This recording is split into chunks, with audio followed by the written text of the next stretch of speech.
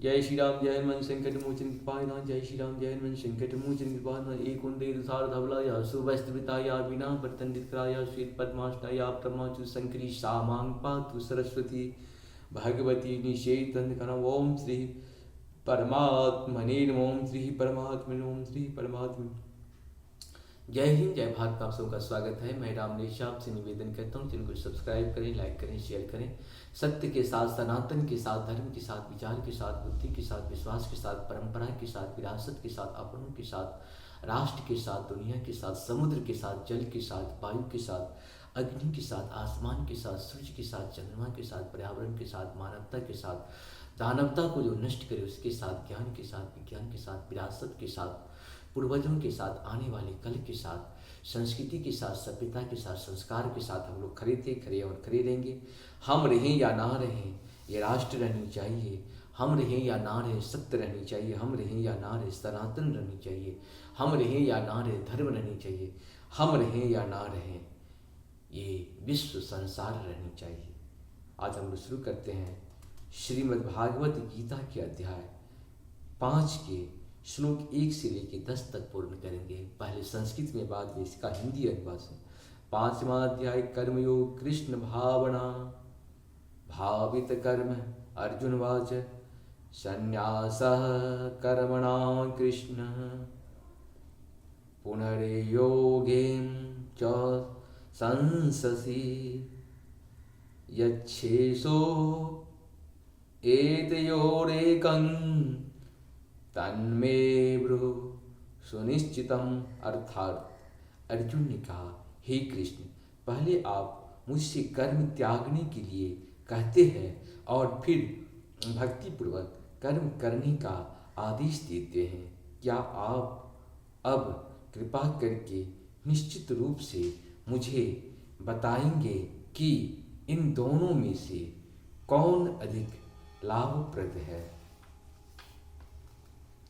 श्री भगवान वाच संन्यासः कर्मयोगश्च अनेह श्रेयस्करा बुभो तयो अस्तु कर्म संन्यासात्म कर्म योगो विशिष्यते। अर्थात भगवान ने उत्तर दिया, मुक्ति के लिए तो कर्म का परित्याग तथा भक्तिमय कर्मयोग दोनों ही उत्तम है, किंतु इन दोनों में से कर्म के परित्याग से भक्ति युक्त कर्म श्रेष्ठ है।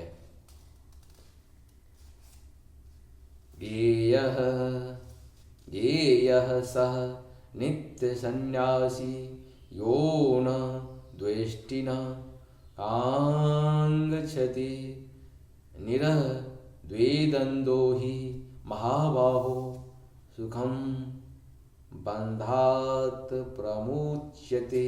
अर्थात जो पुरुष ना तो कर्म फलों से घृणा करता है और न कर्म फल की इच्छा करता है, वह नित्य सन्यासी जाना जाता है। ही महाबाहो अर्जुन, ऐसा मनुष्य समस्त द्वंद्वों से रहित होकर भव बंधन को पार कर पूर्णतया मुक्त हो जाता है। सांख्य योगो पृथक वाला प्रवदन्ति न पंडिता एक मप्यास्थितः सम्य गोभयोर विन्दते फलम। अर्थात अज्ञानी ही भक्ति कर्मयोग को भौतिक जगत के विश्लेषणात्मक अध्ययन सांख्य से भिन्न कहते हैं। जो वस्तुतः ज्ञानी है वे कहते हैं कि जो इनमें से किसी एक मार्ग का भली भांति अनुसरण करता है वह दोनों के फल प्राप्त कर लेता है। यत् सांख्ये प्राप्यते स्थानं तदोद्योगैरपि गम्यते एकं सांख्यं च योगं च यः पश्यति स पश्यति। अर्थात जो यह जानता है कि विश्लेषणात्मक अध्ययन सांख्य द्वारा प्राप्त स्थान भक्ति द्वारा भी प्राप्त किया जा सकता है और इस तरह जो सांख्य योग तथा भक्ति योग को एक समान देखता है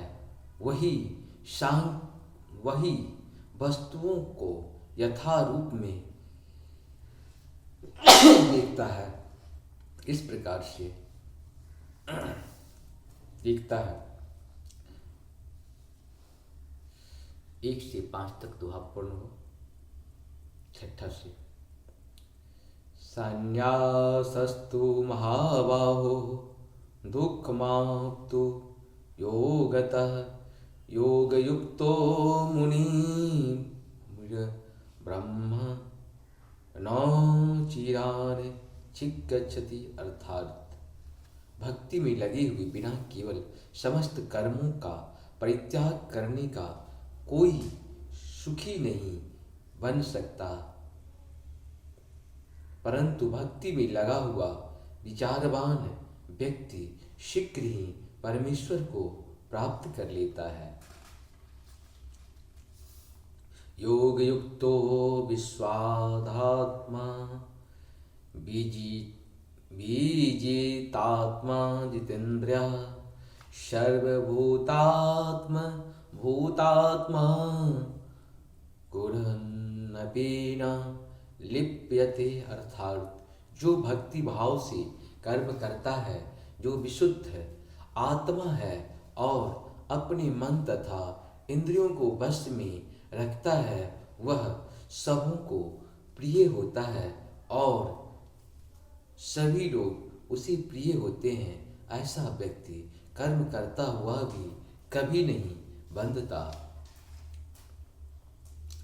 ने किंचित् करोमीति युक्तो मन्येत तत्त्वविद पश्याचोन्य श्रीजनिधन श्रोगच्छ अश्नपन्नस्वनः प्रलबिनी सृजंगी गृह अनूनशीन्य मिष्यनपि इंद्रियाणि निन्द्रार्थेषु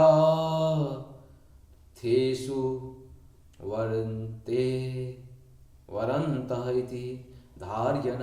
अर्थात दिव्य भावनामृत युक्त पुरुष देखते सुनते स्पर्श करते सूंघते खाते चलते फिरते सोते तथा श्वास लेते हुए भी अपने अंतर में सदैव यही जानना चाहता है कि वास्तव में वह कुछ भी नहीं करता, बोलते त्यागते ग्रहण करते या आंखें खोलते बंद करते हुए भी वह यह जानता रहता है कि भौतिक इंद्रियां अपनी अपनी विषयों में प्रवृत्त हैं और वह इन सब से पृथक हैं। ब्रह्माण्यधाय कर्माणि सांगत्वेक्त्वा करोति यः लिप्यते नः स पापिनः पत्राविभावसा। अर्थात जो व्यक्ति कर्म फलों को परमेश्वर को समर्पित करके आसक्ति रहित होकर अपना कर्म करता है, वह पाप कर्मों से उसी प्रकार अप्रभावित रहता जिस प्रकार कमल पत्र जल से अस्पृश्य रहता है। जल से अस्पर्श रहता है। इस प्रकार से पूर्ण आप सबको सत्सत नमन। जय श्री हरि, जय श्री हरि, जय श्री हरि।